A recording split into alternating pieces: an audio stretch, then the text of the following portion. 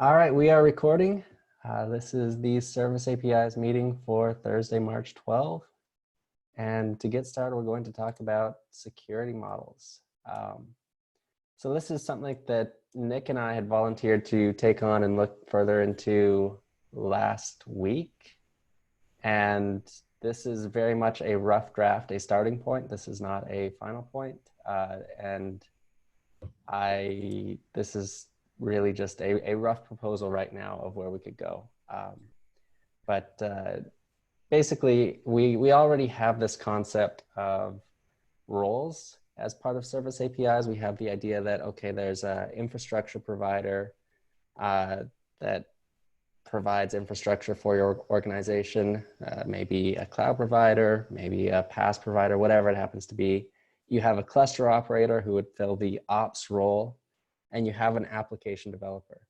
And we want to make sure that we have thought of everything that will make sure that we can at least provide this level of granularity when we're talking about authorization for service APIs. And beyond that, we have a few resources. This does not include, this could all change depending on additional resources we get, but I think the general principles that we're talking about, even if it's not specifically gateway class, gateway, and routes, can apply in a lot of different cases here. But in general, we have these three primary API resources. We also identified two places that are very common requests that are also security related. One is the ability to configure TLS on routes. There's potential for configuring more than just TLS on routes, but for now, just configuring TLS on routes. And then allowing gateways to target routes in multiple namespaces. So the security model we identified, and to understand this process, we just wrote out some very brief initial thoughts on what we could do and what the scope of things were. And then from there, we actually realized we need some help with this. So we had a quick call with Bowie, Nick, myself, and Jordan Liggett, and Jordan provided some great insight on what we should be doing here, what makes sense and what doesn't. And so, of course, RBAC is how you do authorization in Kubernetes, right? So that's a reasonable starting point. And so at a minimum, you can fill the basics of these roles we identified, an infrastructure provider, you can read and write gateway classes, and then there's some very basic RBAC that would be a role for this permission. And then you have a cluster operator, and in this use case, they want to read gateway classes, they want to read and write routes and gateways. And again, RBAC makes that possible. So fairly straightforward so far. Then you have an application developer, and they can read gateway classes, read gateways, and read and write routes. And again, this is all possible with RBAC. This is something we're probably all fairly familiar with, but this is just an example of what a cluster role or role would look like that accomplishes this. Now, where it gets a little bit more complicated is namespace restrictions and generally these other special use cases, because not everyone is going to want to have gateways that can target routes in any namespace, as an example. That may not even be a reasonable default. But the proposal, as it exists right now, is to have some attribute, let's call it route namespace selector on gateway class, that allows you to specify at a gateway class level what routes gateways can target with that class. So an empty selector right now, the default proposal suggests. I think you mean there, Rob, what namespaces routes that the gateways that use that gateway class can use. Yes, thank you. Yes, that. And an empty selector right now, which would be the default case, indicates that routes can be referenced in any namespace. I know there has been a lot of thought and a lot around secure defaults, and this is an insecure default, so we may want to rethink that. But right now, empty selector indicates anything, which is, I think, the standard in Kubernetes, but we may want to think otherwise there. And then as another potential idea here, TLS config on routes would be just some kind of Boolean field that indicates if routes for this kind of gateway class can include TLS configuration. And again, the default value of this field would be false. The big problem here is there's no way to do any kind of authorization with RBAC for these kind of more specific things. So the proposal is that these restrictions would be enforced by the controller implementing the gateway class. So this puts a lot of work on the controller itself. The controller would be required to populate status fields for gateways and resources to indicate if they are compatible with the corresponding gateway class. And of course, not implement invalid configuration, because there's no way that we could prevent invalid configuration from getting in. We just have to have a status indicating this is invalid, and then just rely on the controllers not to implement that. So if a route in a gateway is referenced in an invalid namespace for the gateway class, it should be ignored. Or if a route has TLS configuration and the gateway class doesn't allow it, it should be ignored. And then respond to changes in gateway class configuration that may change which gateways or routes are valid. So that's a high level of a very rough proposal for security model and authorization. Very interested in feedback on that. I made it a Google Doc because I think this would be a massive PR, and I didn't think it could handle all the conversation that could surround this. So for now, it's just a Google Doc. Feel free to comment, add whatever makes sense. And I also added a little note below about some alternative approaches we considered. One being adding new API resources. This is a really rough idea, but would allow us to model things better with RBAC. There were sufficient downsides, and after our conversation with Jordan, we decided this was not the best route forward. And then a validating webhook, but that comes with its own limitations when you're doing any kind of cross-resource validation. And so I covered that there as well. But I think, yeah, Rob, one thing to note that you should point out in the fact that it's up to the controller to enforce those is that those are things that go into the conformance tests. Yes. That make things, so like, unfortunately, it would be up to the controller to enforce it. So it's not like we can delegate it to RBAC, but at least we can kind of test to see if, for the most part, it is being obeyed. Yeah. Yeah. So I think an important part to mention here is that the conformance testing that we're talking about is not just a general, yes, this is conformant. It'll be conformant to a specific profile, which again is it's a direction in which the general conformance SIG is moving towards for Kubernetes anyway. And so, like the idea here will be that you'd be conformant to a profile that includes, TLS config on routes or something like that. And so the real, I think one of the big effects, this decision sort of has some upwards flowing effects. The thing that it solidifies in my mind is that it does mean that the behavior of the gateway is dependent on the gateway class that it is associated with. That the gateway and the gateway class together determine the behavior of the gateway. I think we should be able to ensure that most of the gateway behavior is the same, but it does mean that in order to understand how a particular gateway will work, you need to look at the gateway class, at the spec of the gateway class and the status of the gateway class, to ensure that you understand what features the gateway class has available. I think that's actually a big improvement on where we're at now, because where we're at now with Ingress, you have no way of knowing what features your controller implements or not. You can just throw some annotations at it and see if it works. So I think it's actually, I think it's actually, but it is important to call it out that that's how it works. And I think we were already headed that direction with gateway class parameters, with the idea that you can link out to additional parameters for a gateway class. So I think this kind of follows that pattern and just makes it more built in. I don't know. But yeah, and I think the other thing I wanted to call out here was that it's kind of like, for some things, we anticipate that for some things there will be controller specific configuration that you pass that would be passed there's like an extension field where you can supply either a config map or a specific type for your controller.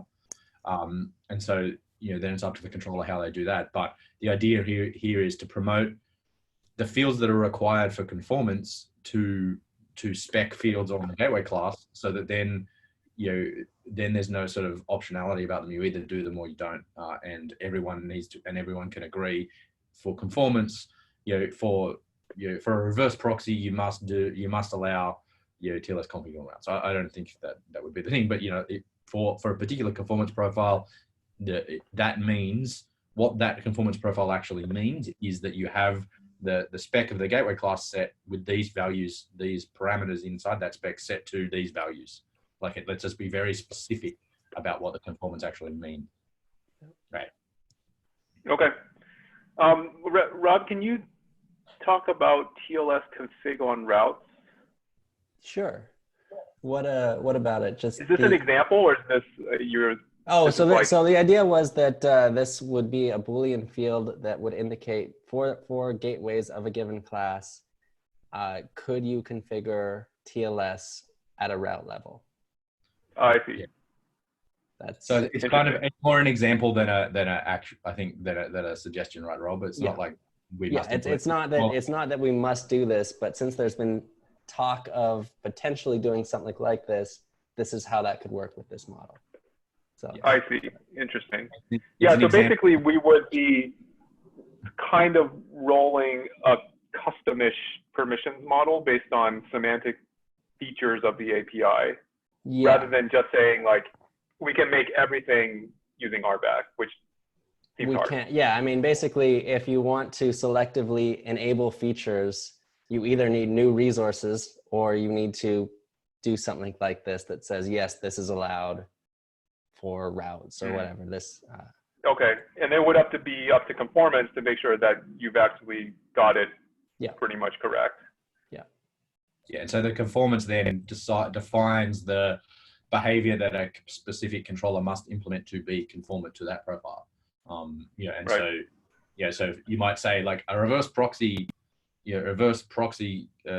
gateway controller must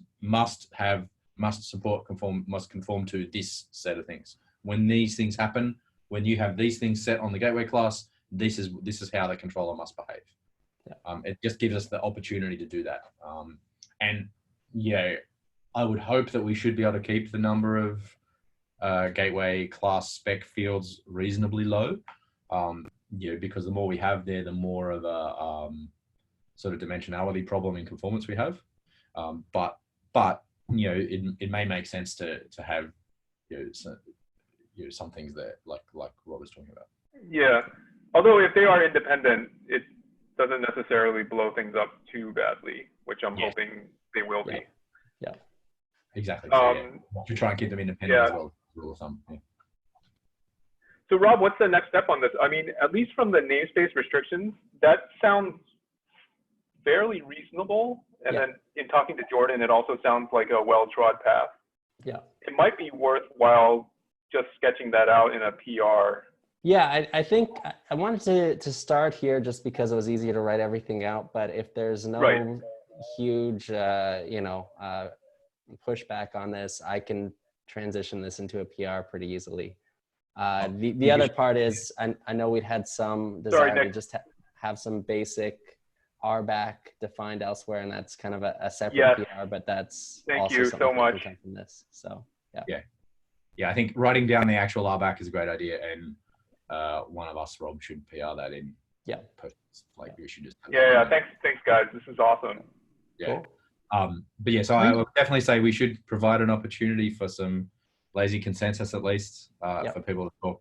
If you have issues with any of this, talk now, please. Yes. Can we post these documents to the mailing list to that's right. I would collect a broader audience for feedback? Sure.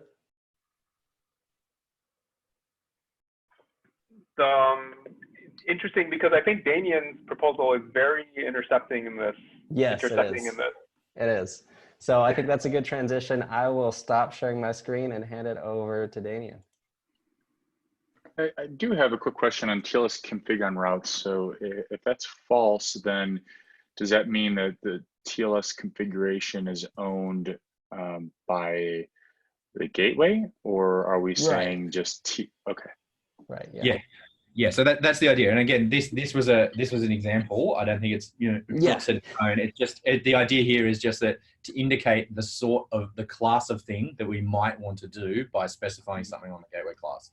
Like that is exactly the sort of option flippy behavior that we're talking about, where maybe, I appreciate that your idea is pretty different, but like with what we currently have, the TLS config currently lives on the gateway. But if we were to make it so, hey, people want this to be more self-service, and there is a self-service kind of mode where you might want people to be able to specify the TLS config on the routes and have the controller do some sort of shenanigans around that to make it work, then this would be the place where you say this controller supports that behavior or it doesn't, if you see what I'm saying, Dan. Yeah, Rob, can you make sure that in the doc it's clear that those are sort of like suggestive examples? Yeah. Just so people don't rat hole on them and then like good call. like on fire because of it. Yeah. Cool. Yeah, no, I mean, it seems like a very simple, intuitive approach in dealing with, right, where do we configure TLS? Cool. Is there a reference with these kind of documents? Is there references to which user stories it addresses? Not yet, but that's a great idea. Yeah, I think that'd be really helpful, because then you can kind of cross-reference. Oh, we're dealing with this thing and this thing and this thing, but maybe we're not dealing with one or two others. Yeah, that makes sense. Yeah, and if you look at Slack from last week, I posted a link to the doc where I tried to capture all the different PRs and issues that are TLS related, virtual host related, and that might be just kind of a good, easy link for you there. Awesome, thank you. Yeah. Would you be able to drop that in the notes when you get a minute? Daneyon, I know you're about to talk, but later. Thanks. That way we don't have to go trawling around in Slack. So yeah, I mean, if we're done with the security model, I don't know how we want to proceed with virtual host.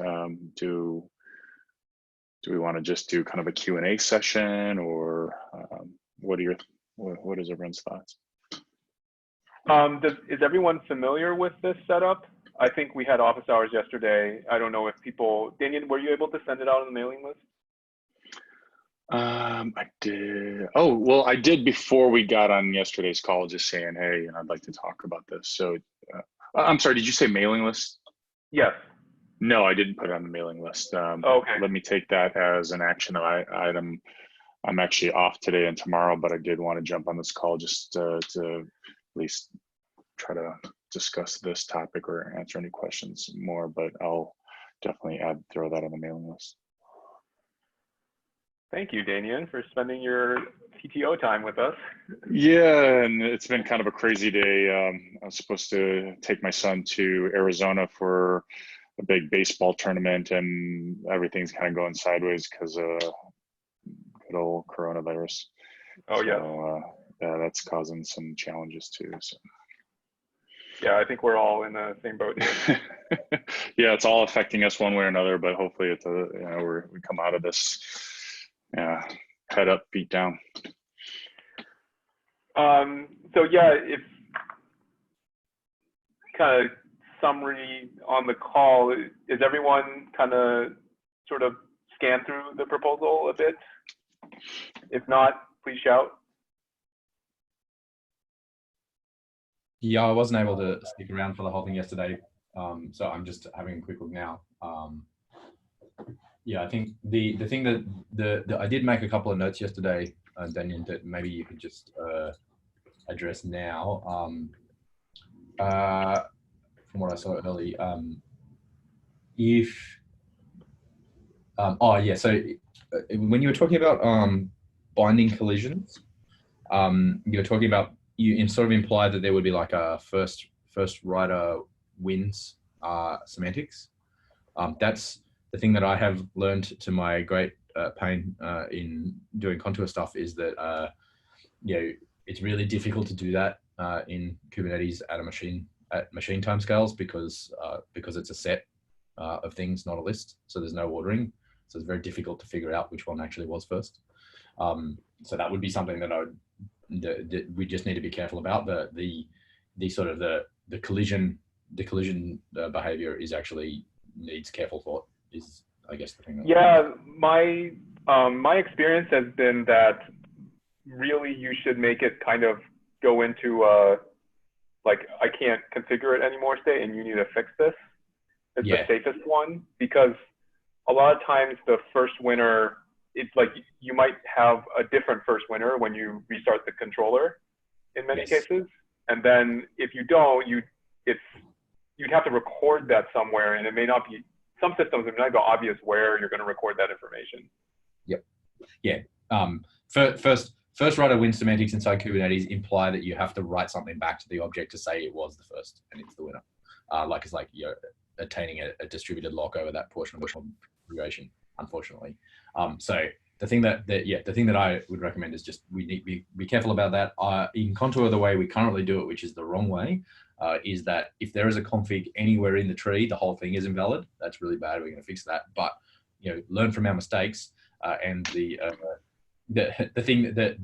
way that I would recommend is that as close to the conflicted config, you sort of mark that as invalid and say, hey, both of anything that has this that is now conflicted is now invalid. It sucks. It sucks for the sort of the more self-service use cases where if user A creates something and then user B creates something that happens to match, then they're both screwed. But there's not really much we can do aside from coordinating distributed locking. So that was sort of I wanted to sort of surface that as a possible problem that it's important to keep an eye on when we're dealing with all of this. Because your point is like we could almost with the current model, you could almost denial a service yourself, right? So you've got a gateway, virtual host, everything's working just fine. You go to add another virtual host, and oh gosh, I got a conflicting host name. And what you're saying is basically treat that entire config as So that's what HTTP proxy in Contour currently does, and that has exactly that problem, that it's really easy for people to accidentally denial of service like a large blast radius. And so the important part about reducing the blast radius here is to try and make the specific part that is in conflict be the part that's invalid, and bubble that up through status somehow. But it is, it's at least a trade-off decision that you need to have consciously made, I think, is the thing that I'm trying to say. Harry, you were trying to say something, sorry. Yeah, and it's important to have that some determinism in that, right? So that users can, or the operators, right? At least the cluster operator can figure out, okay, what takes priority and can instruct their users. Or if something does go wrong, they can figure out, okay, it went wrong because of this resource was created. Because otherwise debugging it like in large clusters becomes super annoying. Yeah, it does. I agree. Yeah, I agree with Harry. The process for this needs to be spec'd and conformance, and needs to be part of conformance, because when you get these conflicts, they can have serious consequences, like, oh, there was a conflict and now we have a security issue in our deployment, right? So yes, we need to specify how controllers kind of deal with those so that the behavior is predictable. Yeah, and so that the last point that I wanted to make there is that there are use cases. Some people want use cases where, and for some types of config, they actually want things to be merged rather than to be a config. That's like the current ingress behavior. Some people actually want that.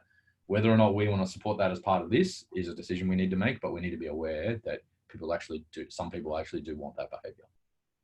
So help me understand that a little bit more. And so with ingress, if we did have two ingress resources, foo and bar, both of them with the same host name, those two get merged, and basically it's like, okay, well, they have the same host name, so we're only going to use one host name.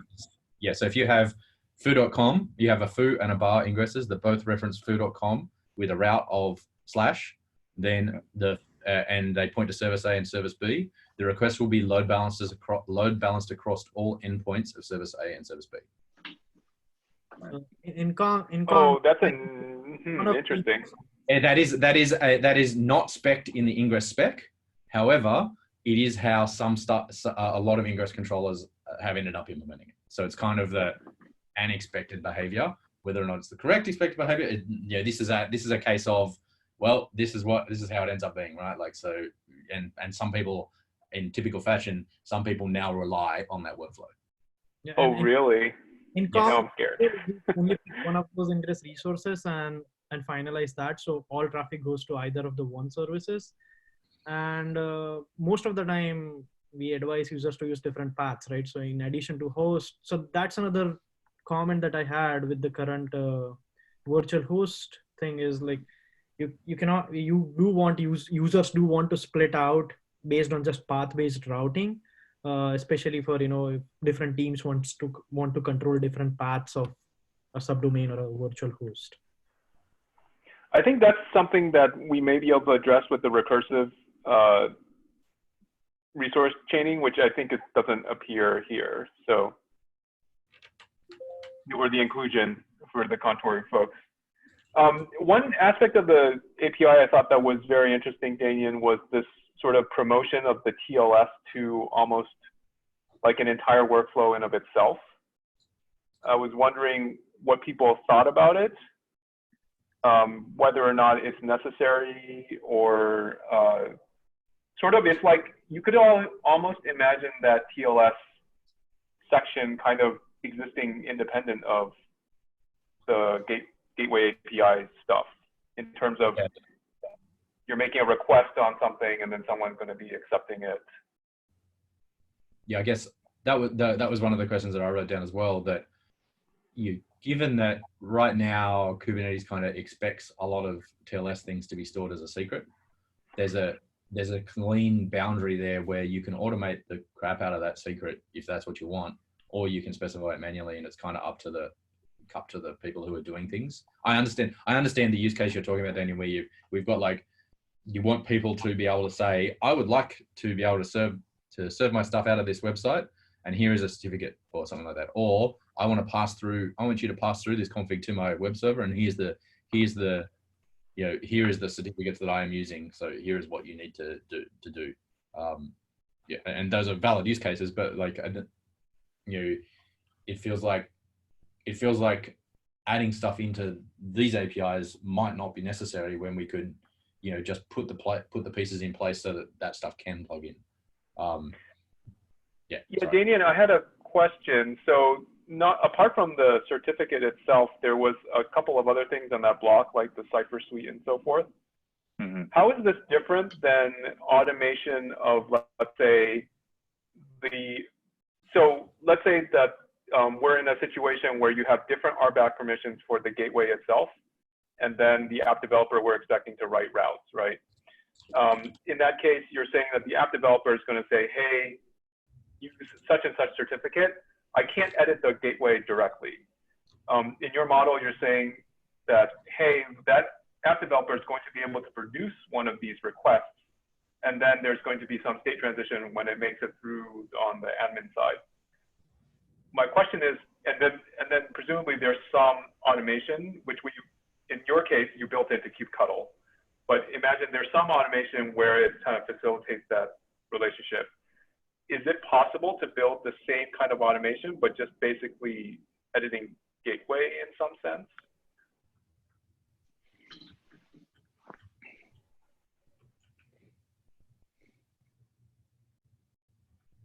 Yeah, I mean, I guess that could be possible, but are you saying having some automation that edits gateway, like the gateway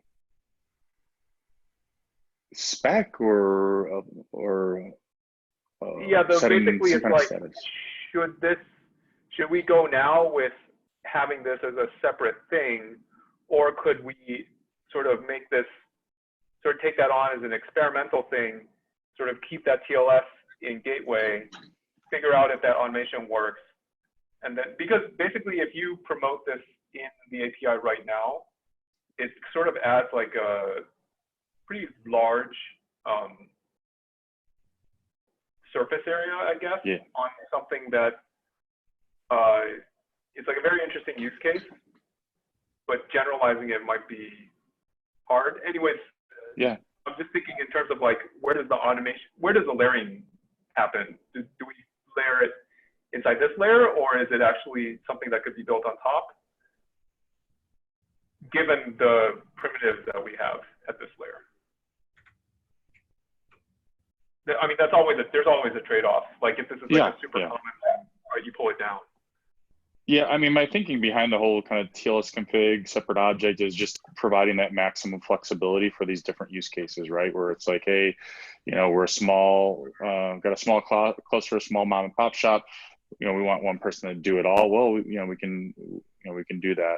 I think as soon as we kind of tie it into a specific resource, that's where, you know, we kind of have to ride that one horse and say, okay, this is the role that's responsible for managing TLS. So to your point, like, okay, could we potentially, you know, have this TLS config object, but automate it, basically applying the TLS config to the gateway spec? I mean, I guess it's possible. I mean, I guess I always thought, like, you know, doing anything to spec it should be done. I thought controller, like writing it to status, but not necessarily like going and adding something to a gateway spec from a separate controller. I thought that was kind of like what you wanted to avoid doing. Yeah, my thought about this is like, could we implement it in a layered fashion where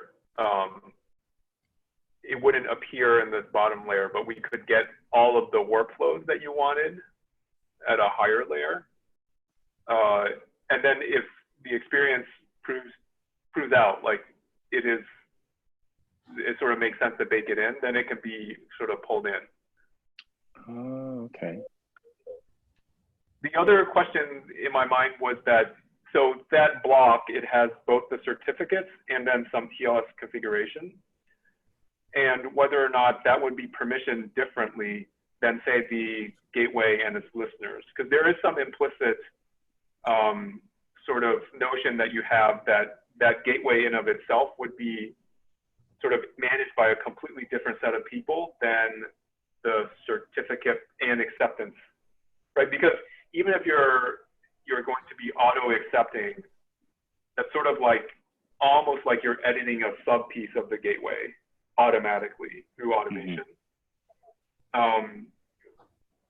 So like, would it not just suffice to just give people the ability to just edit it directly? You're sort of carving off a piece of it to be to kind of give different RBAC permissions on, but is that subset a critical subset to restrict, or would you just kind of, it's equivalent to just giving them access to the rest of it anyways, because they sort of have the same blast radius? Well, you know, I think the flexibility with a TLS config object or TLS config request object is that, you know, the RBAC associated with it is going to be dependent on who consumes it, right? For maybe by default we say, okay, it has the same RBAC permissions as a gateway, right? But you know, for those that say, well, no, you know, I want my developers to be able to create them, then you know, we would adjust the permissions accordingly. Or for large enterprises that say, no, security operations is responsible for TLS config. So okay, well, let's, you know, update the RBAC permissions for the, you know, for the TLS config request to make sure that, you know, they could only be read by the cluster ops and the developers, but it's a SecOps group that we've created that can create the TLS config requests.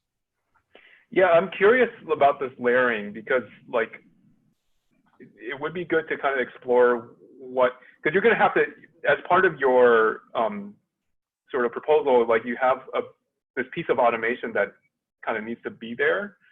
And it's like, can you build automation such that it edits the gateway? Like, let's say you have a CRD for the TLS config, but it actually doesn't exist in this level of the API. Is it still possible to kind of recreate that experience with RBAC and then editing the gateway automatically for the user? That way we don't have like additional resources that to manage right now. And then the other question would be, if you're going to split gateway and the TLS portion of gateway into two resources, it would be good to write out like what scenarios you think it makes sense to have someone have permission to basically automatically manage all their TLS certificates, but yet they can't sort of manage the other parts of the gateway. If that distinction like breaks down to some use cases that we have. Okay. Because I think one of the things about RBAC is like you could conceivably have like hyper RBAC where you could RBAC individual fields, but that doesn't exist. But that's kind of what you're doing, except on the resource level. Right. Yeah. I mean, if we had hyper RBAC where it's like, hey, you know, you could only, you know, do certain things to a field, and that'd be great. I'm sure it'd have its downfalls as well, but that's essentially what we're trying to do. It'd be great if TLS can just live in a gateway and then use RBAC based on, you know, corporate policies to adjust who can do what to that field. Right. Yeah. So it would be good. I'll drop those comments on your presentation. Okay. Cool. It'd be good to like figure those things out. The other thing a comment was about the virtual host. It was an interesting idea is that you have TLS and then the protocol that's in the TLS overlay. So you have like TLS and then HTTP, TLS and then ByteStream. Right. And that was an interesting thing. So there was one reason why the initial proposal had that family of resources rather than one resource with all of them union together, was that it seemed, at least from a type description perspective, like you can actually have a SCTP route, but other people didn't even need to know about it and sort of add it to the system. It's sort of like when you have a C++ namespace, you can kind of like declare more classes in the namespace in a separate compilation unit without having to enclose it all into one curly braces. Only C++ programmers would get this. Like, you know how like in Go, if you have a struct, that struct definition of in itself is like completely complete. Like you can't extend it without knowing about it a priori. Right. So that was one of the ideas, is to make it protocol specific, so that if you wanted to add a new type, you didn't need to actually change the base type that everyone used. Gotcha. And with the virtual host, if we go ahead and we add a new protocol, then we have to basically change the base type of the virtual host, right? Yeah. It's a much bigger change. Yeah, because then you're pulling in a whole bunch of you're pulling in a whole bunch of like code change to add the extra fields and stuff. Yeah, the code change might be okay up to a point, but then when you have sort of like, does this field influence this other field in somewhere else, then trying to understand the behavior of the whole thing gets a bit more complicated. Like extensions and annotations become a whole lot more complicated. I know we don't want to do annotations, but people will resort in some cases to annotations or some extension points, right? Where do they go and things like that. Well, right now annotations are the only possible extension point, so that's what people have used. Yeah, so that's the reason to have defined extension points in the API, is to stop people having to use annotations. So with the extensions, because I kind of made a comment in the slide deck on this topic, is like, okay, so if it's a new protocol under the virtual host model, and we say, okay, well, add it as an extension, and then as it matures and becomes more widespread in its usage, graduate it to an actual typed field. Yeah, like although new protocols are few and far in between, but for example, you could, I guess, conceivably have like gRPC or maybe like, you know, Yeah. those seem like if we could evolve them as their own resource, it feels way more tractable than trying to force people to use an extension mechanism to describe it initially inside a virtual host, and then sort of later graduate that entire blob. At least that seems like kind of hard to deal with. You'd have to write a whole library to kind of deal with schemaizing it. And so that was sort of the thought of why we're going to keep the protocols all in their independent resources so they can kind of evolve independently. And the thing I did like is that you shared that TLS, but maybe we can just make that a shared struct that sort of behaves in a similar way between the two, or behaves in the same way. yeah, so that was my thought, and that was where I think maybe where Rob and I talked about something with the previous thing where we were thinking a similar thing where if there was a shared struct that was the TLS struct that you could use either on the gateway, or if you have that bit flipped on the routes, then it's the same struct. So the code that actually deals with the mechanisms of that struct will be the same, but like you'll be calling that code out from different spots. I don't know if that's any better or not. Need to think more. I mean, personally, I think the best thing that you've pulled with all of the virtual host stuff is that I think it's actually really important to treat domains as a special thing, because they are a special thing. Like the domain construct is a special thing, and we need to think of it as being a special thing, and there needs to be a way to tie, like I've said before, to tie TLS to domains somehow. Right. Yes. So I had a note about that, and that was what would be great to follow up on, is to figure out what specifically a domain is going to be intended for, and what we can use, like what would go into the doc string on that domain field. Like one example would be, this will be used by systems like external DNS to create DNS entries for each of the virtual hosts, or something. Like I understand there's some relationship there that's being enforced, but beyond that enforcement, what does that lead to, and what kind of guarantees would we want other people to consume that API to be using, if that makes sense? Like part of the API is to build for our controllers, but part of the API also is to interoperate with, let's say, an external controller, like external DNS or Let's Encrypt, right? Like how do those interact? Because I think that domains is actually one of the latter, where it's sort of outward facing from the ecosystem. And we've just had a bunch of people, I think even it's in one of the use cases, or one of the comments somewhere was like, okay, but how does this interact with some of these like ecosystem aspects?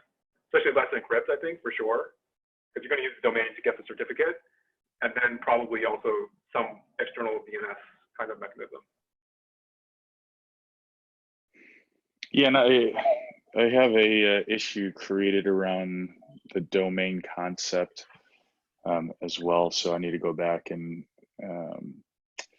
kind of put maybe some more language into the issue, and maybe use that as kind of a point to continue the discussion.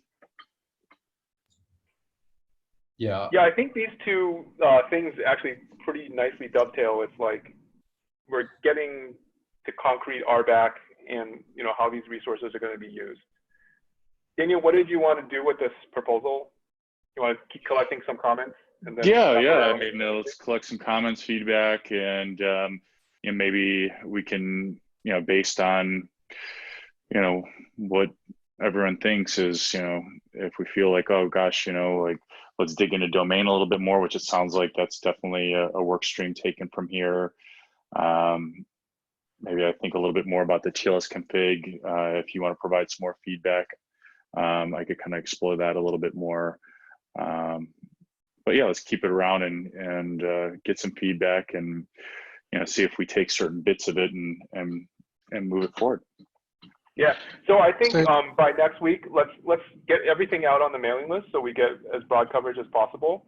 And I think next week we can kind of let's see how people feel, and sort of at that point, I'm okay with just moving ahead with some PRs to kind of get these things in. How's that sound? No, sounds good. Okay, great. I think we're almost at time. Is that right, Rob? We are at time. All right. Awesome.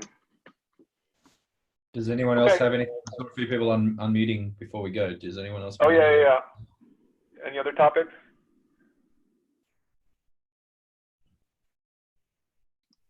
Well, it's pretty Okay. cool to see we got a nice group of people attending. So thanks everyone Yeah. for Yeah, thanks Great. everyone. joining. Welcome for anyone who hasn't been on the call. Yeah. Okay.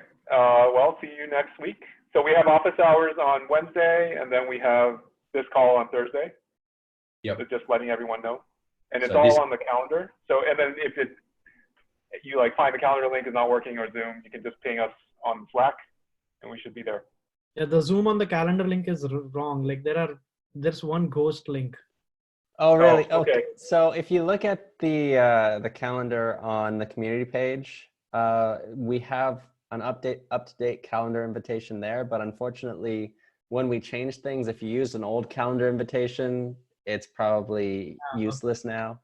Yeah. You can add the entire calendar, and then you'll get updates to it. And then also one note while I'm thinking about it, we are doing auto upload now. So what I've been told is around 24 hours after a meeting, this will go on the Kubernetes channel on YouTube. So if you miss a meeting, approximately 24 hours after the fact, it will be uploaded. So, yep. Cool. Thanks. All right. All right. Thanks, everyone. Have a Thanks good one. everyone.